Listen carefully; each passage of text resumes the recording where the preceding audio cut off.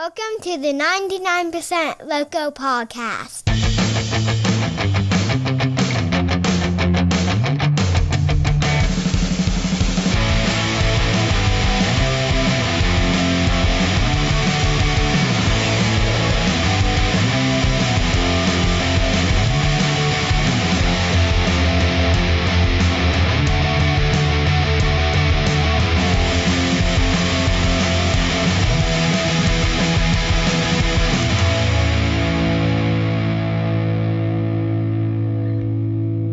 Hey, podcast family, welcome to another week of the podcast, episode number 41 to be exact. And this week is a special one because, well, this podcast is officially 1 year old. I was going to insert some kind of cheesy sound effect here, but we'll just skip over that. I'm really stoked to bring you this week's episode as well, but more about that in one moment. If you're new to this podcast or first-time listener, each week I'm bringing stories of Nashville and Middle Tennessee-based entrepreneurs, business owners, authors, musicians, and other creators out there. We don't just talk about that boring stuff of what happens between 9 and 5. Everyone has their own story, their own unique upbringing, and a passion for why they're doing what they're doing. I personally love the sense of community around Nashville and get my kicks from sharing these stories. This week's guest is Farrell. Jay is a Nashville-based photographer who loves photographing abandoned structures. He has a passion for utilizing his camera to share the unique, distressed beauty of abandoned homes and structures that most of the world has forgotten. Sharing his adventures with the public through authorship and blogging inspires Jay just as much as the adventures themselves. Jay has several books out that are part of his Abandoned series, with several of them exploring the forgotten corners of Nashville, the state of Tennessee, and beyond.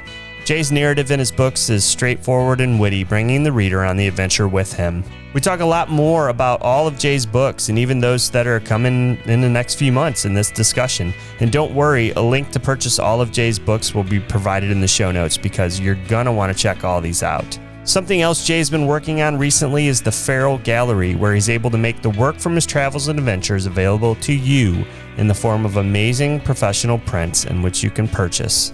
Well, let's not keep you waiting anymore. Let's get right to this. Here's my conversation with professional photographer and author Jay Farrell. Full-time, I believe, or you may not do it full-time, but you're actually a wedding photographer, right? Yes. I do strictly photojournalist style. Okay. Yeah, I was looking at some of those pictures. They're pretty good. So, you become quite, I guess you could say, an adventurer as a photographer too, and then becoming an author now, with your Abandoned book series. And it seems like every time I take a look at what you're doing, there's another book with these awesome photos coming out. Oh man, thanks. Yeah, it's exciting for sure. I never expected in a million years to ever be an author, ever. I bet. And we'll dig into that. So what part of Nashville are you actually in, or what area do you live in? Inglewood. Okay. That probably explains some of the photos that were in Abandoned Nashville. So, and I actually bought that book about a month ago, actually around the first time we were supposed to talk. Oh, wow. How do you like it? I love it. I mean, some of the things, and I was going to mention this later on, but like the Greer Stadium, I don't know. I'd imagine you took those photos close because I think it was actually demolished, right? Like a little over a year ago now. Yeah, I was probably in there maybe a year before it got demolished. Yeah, I mean, that was just cool looking at those pictures and reading about what you wrote about it, just being a baseball fan. And then the Starwood Amphitheater. So, that's two things I'm into, sports and music. And, I didn't know much about Starwood, but I mean, it was a primary outdoor music venue like for 20 years, right? Yeah, that one was a hit below the belt for me too, because I went to many shows there, and it just I kind of felt like they're closing it. Why? Yeah, I was trying to do some more research on that, and it looks like over the years since it had closed, like it was bought a few times and maybe sold, and then it sounds like it's still just standing there undeveloped. Yeah, that's pretty much what happened. I think they had a deal and it went south. And they were saying like it was an outdated facility, but what do you really need it to do? You got a stage, you got a grass area, and you got buildings for restrooms. So what else do you need? Right. So did you grow up in Tennessee? No, but I've been here longer than I've been in New York. Okay. So you're born in in New York and made your way down to Nashville? Yeah, but I've been here longer, so I guess some sort Yeah. of native-ish. Yeah, there's a term. You're not really a unicorn, but I heard if you're here at least 5-6 years, you're considered adopted, I guess. So you would be considered adopted since. We'll take it. All right. So what was, I can only imagine what your childhood was like. I mean, did you grow up playing in old buildings and and barns, or? We didn't have a lot of that around, but yeah, I was curious with my friends. I didn't really know that I'd ever be into it in this capacity that I am now. But it's always fascinated me. I think my first abandoned house. Well, actually, there's two. There's one building that was like I think owned by the town, and I think it's still there. I'd never seen anybody go in it. It was just like this cobblestone building. I think the town used it to store equipment. Never seen anybody go in or out of it, and the building is still there, and it looks just like it did like 40 years ago. And I was just kind of wondering what's up, and I've always kind of wanted to see what's inside it. And then there was this old farmer's house that I guess the guy died, and there were still animals on the land, and I guess people were looking after him. But this house that was all ramshackle and these old cars sitting in front just rusting away. I think those are really the first buildings that caught my attention. Yeah. So when did the whole photography thing come into the picture? I mean, I'd always, been into, snapping some photos. Even growing up, my Kodak 110, man, I was quite nice with that thing, huh? But I actually got into it on a serious level in the early 2000s.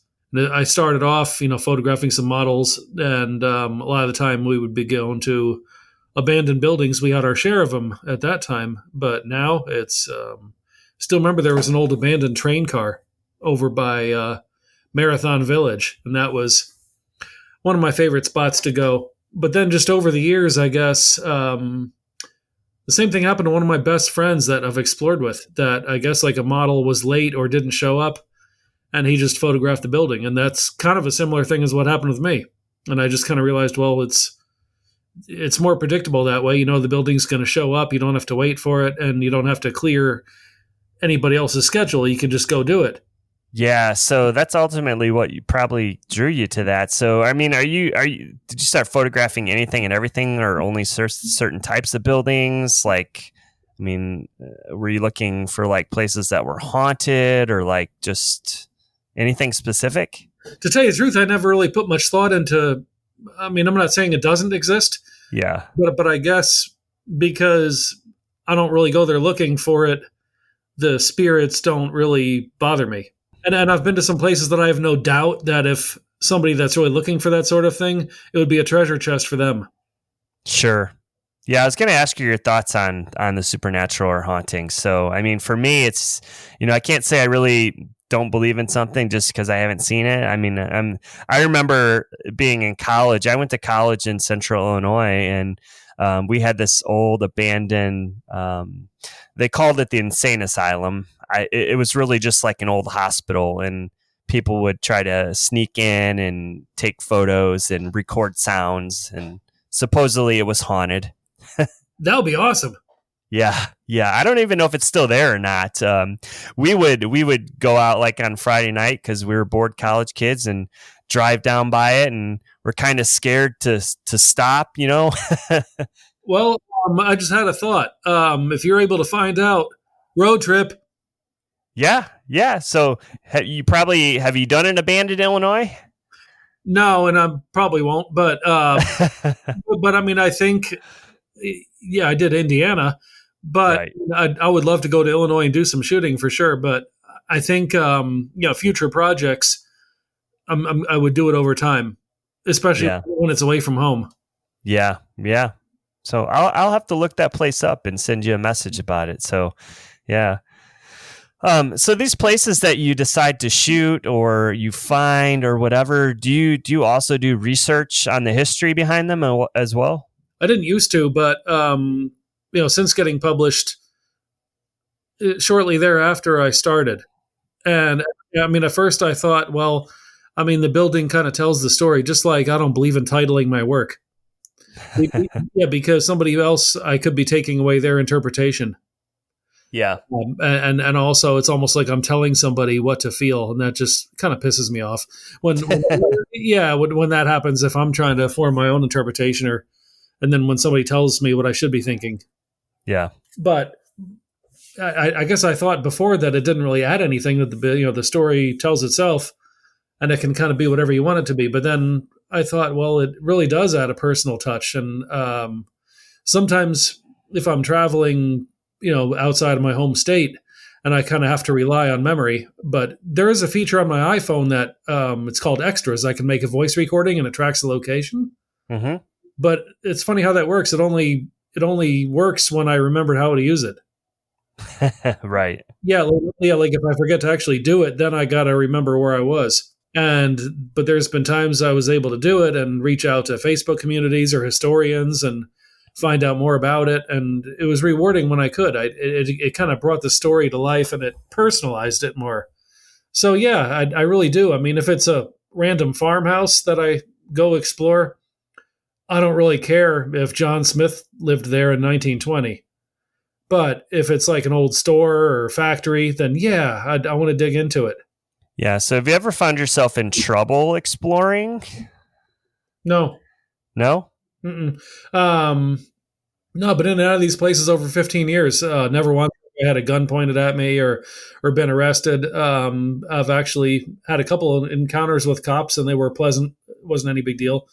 I tried to photograph this old abandoned school east of here, actually a college, and there was a rent-a-cop there that ran me off, but he was cool and he had a job to do. I mean, what was I going to do? Yeah. That doesn't mean I won't try it again on a different day. Sure. Going a different way, but maybe not. It doesn't matter. Yeah, really the worst thing that's happened is some neighbors or whatever just kind of want to make sure everything was cool, and then one time in Memphis, I was there and with one of my readers actually that I'd only met once. We went through this abandoned church, and it turns out that there was some homeless living in there. Nobody was around when we first went in, and on our way out, this one lady was, rather irate. But I just kind of, let her know I was listening to her, and everything was cool. Beyond like homeless or vagrants, have you found anything else, kind of weird? That's really a rare occurrence too, and I think most people think that happens all the time. Yeah. Or they think that people pull guns out, and a lot of people always ask me, do you carry a gun? And no, I never have. I can defend myself if needed, but I don't go there for that. To me, it would kind of make it less fun. If in the back of my mind, like I was even had the inkling of shooting somebody when I shouldn't be there. Right. I mean, I think, how you explore, it really affects your karma. If you go there and don't take things and don't vandalize or don't force your way in when there's usually a way in, but if there's not, then don't destroy somebody's property if they took, good enough care to keep people out. So I know you're traveling all over. I'm going to talk about that a little bit outside of Tennessee, but do you have something really cool or, the coolest building that you found in Nashville or in Tennessee? Nashville? Yeah, man, I'm going to say it was either Greer Stadium or the Madison Mill, which the Madison Mill, actually, for the past 2 years, they've been working on it. And it's going to be like one of those repurposed warehouse mill buildings that they're going to put shops in. Oh, okay, cool. And that's in Davidson County, right? Charlotte Avenue, yes. Charlotte Avenue. Okay. I'm not familiar with it, but yeah, I remember you have that in one of your books here. So the Nashville one, yeah. Yeah. Well, cool. That's good. They're refurbishing that. I mean, a lot of these places, I feel like they just tear down and, it's kind of erasing history per se, I guess. You're right. Yeah. No, I'm very happy that they're doing that, but I'm also even happier that I got in before they did. Yeah. I kind of patiently waited for it to, further decay as it sat vacant. And I got in just months before they started because it probably sat there for 6 years before they started working on it. you have the Abandoned Nashville book. That's the one I was looking at and I bought. And you have the Abandoned Tennessee. There's a few more you have, but like, do you go all over Tennessee? Yeah, I've pretty much been in every part. East Tennessee has its own, and Memphis is actually coming out in a couple of months, 2-3 months. Are you doing this full time besides the wedding photography, or? Oh no, no. I mean, because with publishing, it's definitely not about the money. I mean, every bit of it helps, but also when you factor in, travel costs and all that, it's, I'm probably breaking even, but I'm doing what I love to do.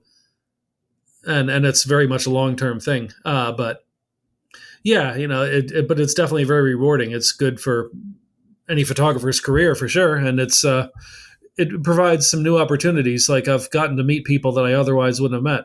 Yeah, I would just think, I mean, are you meeting like some interesting historians and, other people along the way, or? Yes. And to tell you the truth, even like in my first 2 releases, I didn't really get involved much with history. And I didn't think that historians would even want to talk to me. But one thing I find about if you ask them something, if you listen, they'll tell you anything. And I figured instantly they wouldn't approve of what I do. They'd get the wrong idea. But I mean, actually, they love it, most of them. And if they don't, I really don't care. But most of them have, and they've been helpful, and we've worked well together. Yeah, and that's good, because one of the things I was going to ask you about, I mean, there's probably certainly misconceptions about you from other people. They might think you're just super nosy or looking for hidden treasures and whatnot. But I mean, obviously that's not the case. Oh, sure. There's always going to be some of those people. I mean, I don't think that's the norm, but there's always a few, the smarmy warriors out there. Yeah, I can't really worry about them. I mean, I sort of understand, because not everybody's on the up and up. But it kind of helps that, I'm in my 40s. And it's weird because I explored with a good friend from Indiana who's actually, I think he's going to be a historian because he really loves learning about that stuff. But, he's a younger guy, probably early to mid 20s, and has a ponytail, longer hair. But he's very, very mild-mannered about where he goes in. But the thing, people would target him before they target me. Let's talk about the whole publishing thing, because you said at the beginning, you never expected to be an author. So, kind of walk me through that and how that came about. Oh, never did I expect that.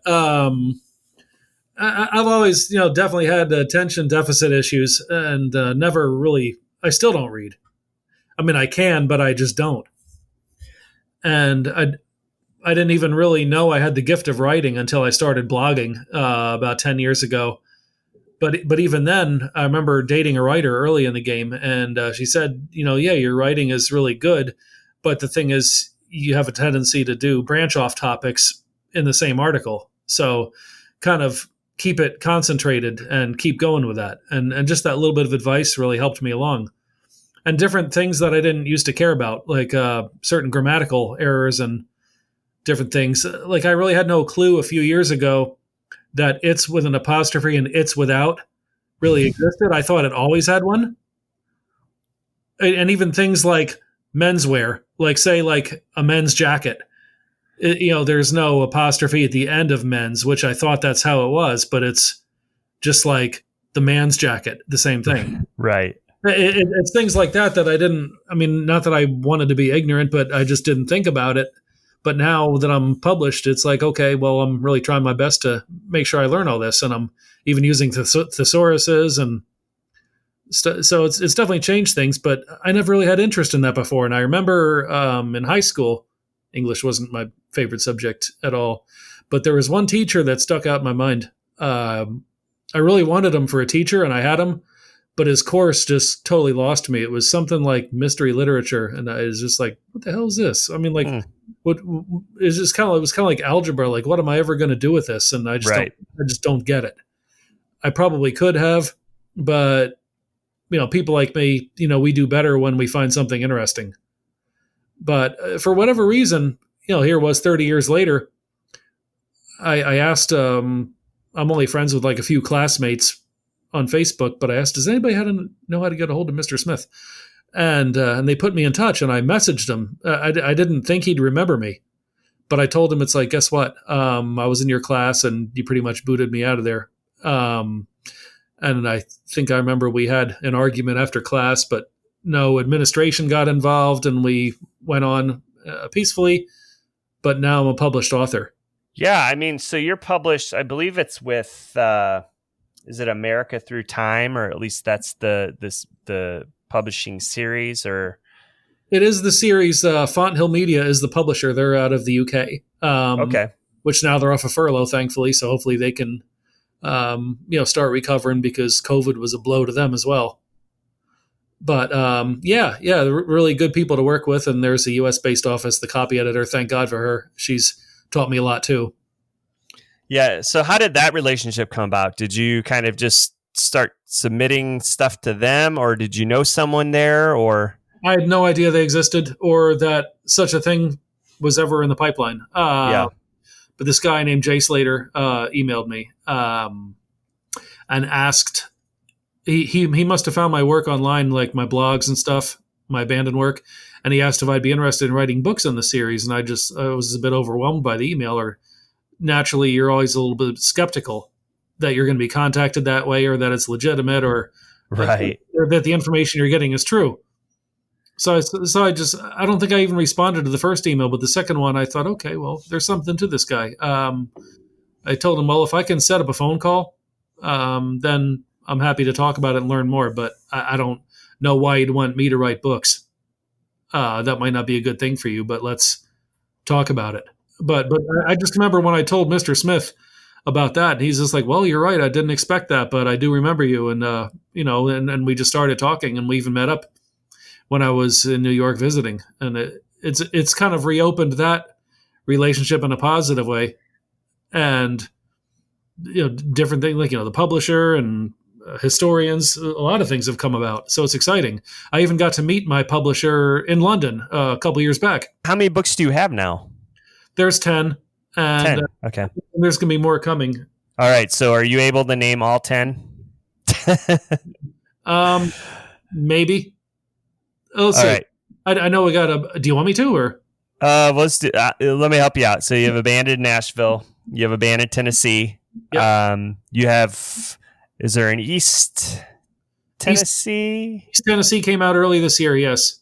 Perfect. And then are those the only Tennessee books? There's Abandoned Tennessee Touched by Time. That was like a second volume of Tennessee. Okay, cool. And then you're going to other states too. We already talked about this, like Indiana. What other ones do you have? I have Abandoned Mississippi. And that was a really cool 3-day trip. South Mississippi is going to be coming out late this year. I did that the day after Christmas, and I was gone for 4 days.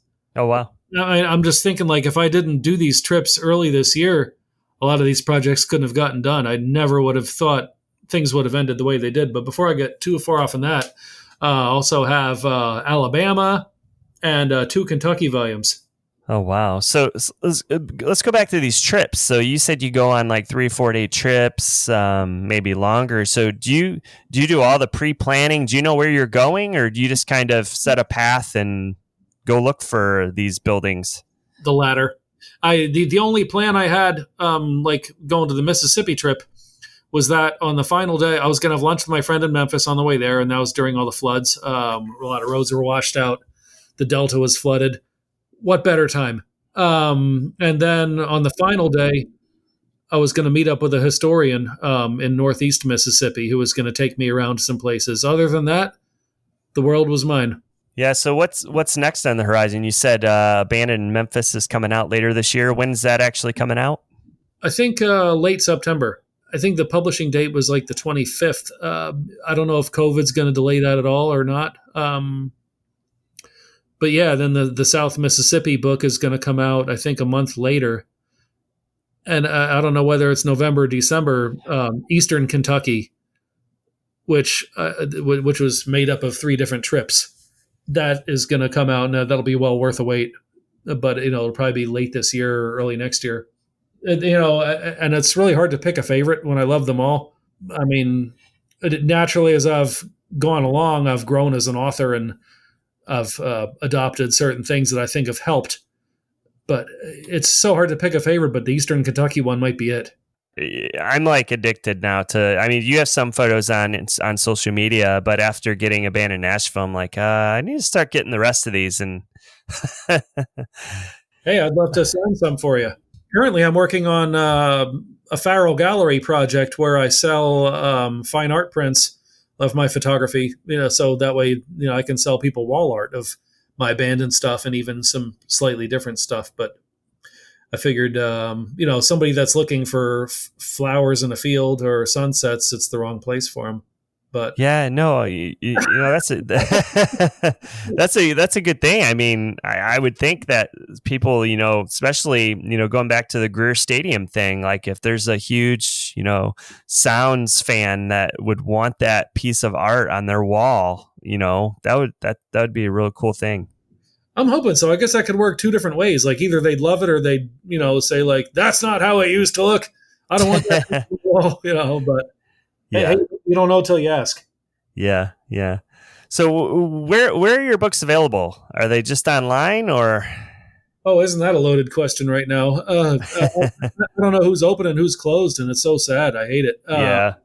But Barnes and Noble, like Books A Million, I think, and I know that some of them, it's going to depend on region as well. But I haven't seen them in all these spots, but I've had people take snapshots in Walmart and Sam's and Target, Kroger, even I think even Costco. But Walgreens, actually, I didn't know until about a year ago that they carried them, and I even did a book signing at my local Walgreens. Well, that's awesome.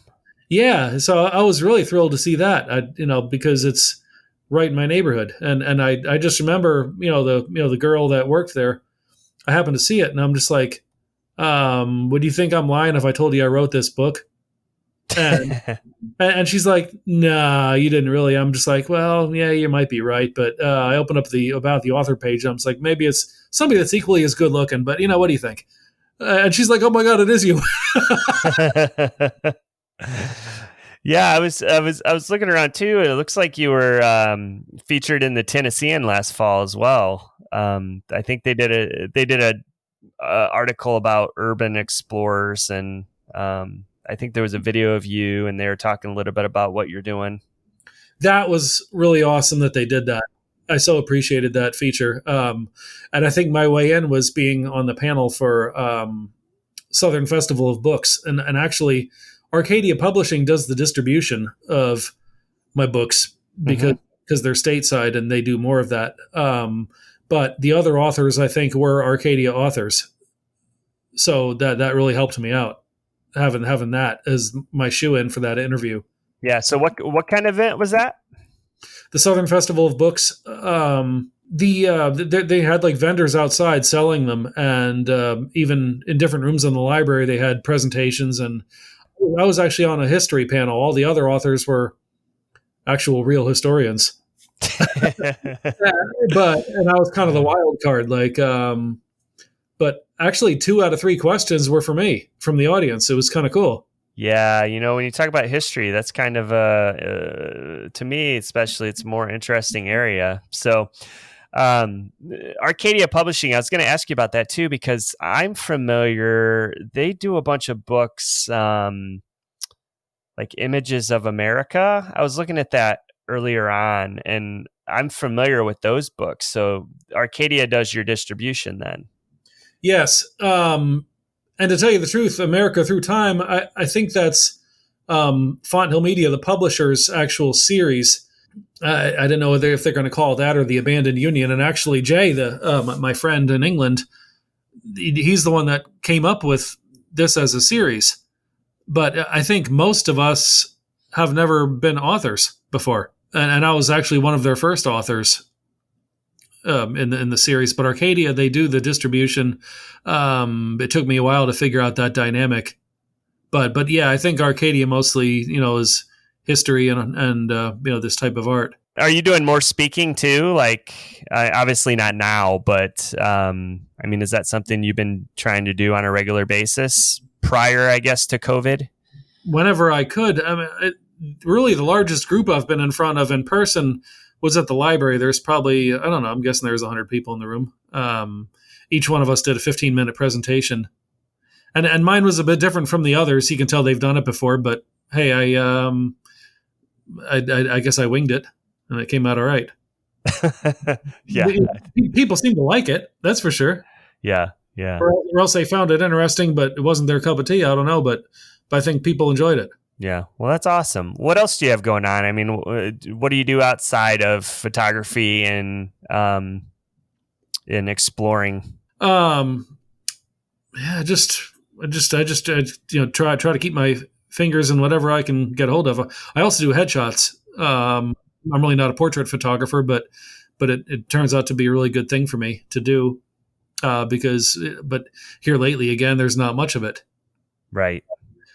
And, and right now I'm working on my art sales website, trying to get that going, and the e-commerce part of it. So, yeah, I mean, I think it really makes me feel great to see people have, my photos in books and hopefully they're reading the stories, I guess. But I try to make it so the word part isn't super long and there's nice photos to break it up, but I give people enough to where it gives them an idea of any history or a little bit like of an insider part of my adventures, almost as if they were there with me. But I think I'm also going to enjoy, seeing people have stuff on their walls if they were to purchase it. It's the best compliment I could get right there. Yeah, and honestly, you hit it on the head that, you provide a little introduction about the history behind this. And then, someone like me, I'm looking at all these pictures and I went down a rabbit hole and doing more research on my own and finding out more history about these places. Yeah, I'm sure you could go a lot deeper than I have as far as that goes. But it's like I'm trying to maintain a certain word count per page. And that's something I had no concept of. The first time they told me about a manuscript, I think I peed myself. Because I really had no idea what any of it meant. Right. So, but I mean, I have figured out sort of the science, like 350 words fits on one page. I try not to let, the text content in any one chapter go more than that because it's mostly about the photos. But I try to utilize the photo captions to keep the story sort of flowing, and that way it keeps people reading it. How can listeners find out more about you, and where online can they buy your books? Well, my author website, J. Farrell Author, has a list of brick and mortar retail outlets and also Amazon links. I know, the publisher was telling me that Amazon's not exactly the best friend of publishers because I guess they buy in bulk, they get them cheaper and all that, but I guess it cuts down on the net. But the thing is, it's a trusted source, and we got to learn to love it because people buy from there because they trust it, and also it's one click. They don't have to get out their credit card and reading glasses. Most of them have like a stored form of payment in there, and they just do it, and they can read reviews. So I know that that's going to be at least a good part. But of course, I also want to send people to our local stores to keep them afloat because, without their curating skills, you might not even know something exists. Yeah. And you're on Instagram as well at J. Farrell Author. Yes. Instagram and Facebook. Anything else you'd like to add? Well, anything you can think of. The pictures you're posting, I mean, a lot of these are probably photos you've taken or published in your books. I mean, they're just really cool photos. I just enjoy looking at the photos and not even looking into the history. Yeah, I appreciate that. I'm glad you like them. I mean, and I think I wish there was a way for me to track it, like how many of the readers actually really value the history. But I think even if it's only a small percent, it's worth doing. And it doesn't take up a lot of real estate in the book the way I do it. I know like my first, couple releases, like I kind of did my words more random. And I still like how they came out, but it's rewarding to see the progression I've made as a writer so I can keep it more consistent, more organized. But, somebody benefits either way. Either you're getting more information at once or more photos. But I think it definitely adds a personal touch to it when it's just like I remember on the South Mississippi trip, I found this general store and I forgot to do the voice recording. And I sort of remembered-ish where it was and what town. but I was able to, actually join a couple of groups. Well, okay, first time I had the wrong town. Nobody had any idea. And then I was able to track down a local history buff that actually knew this store. And then they were telling me about, I think it was a lady, she was saying about how her father used to walk down the road barefoot as a kid to get RC Cola and a moon pie. It's just like, I know that doesn't necessarily change the photo any, but it's kind of a neat reference. And it kind of helps you realize how significant these small town general stores used to be. Running tabs for every family, and now, and like the shiny new object came to town, and there they went, and now here we are. And now Jeff Bezos and Amazon is wiping out the big stores. Well, awesome, Jay.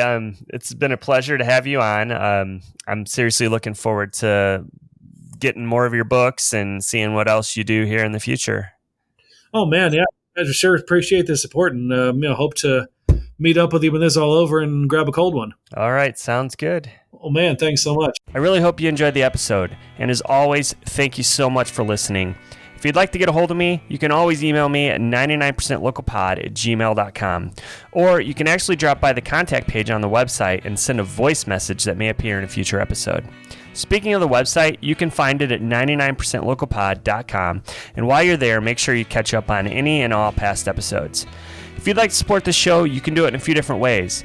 Please follow the podcast on Instagram or Facebook at 99percentlocalpod. Leave a review wherever you listen to this podcast. The best thing you can possibly do is share this podcast with your friends who might want to check it out.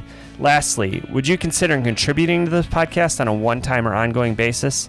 All contributions that I receive, 10% of that goes to the Well Outreach in Spring Hill, Tennessee. And until next week, stay safe and be kind to those around you.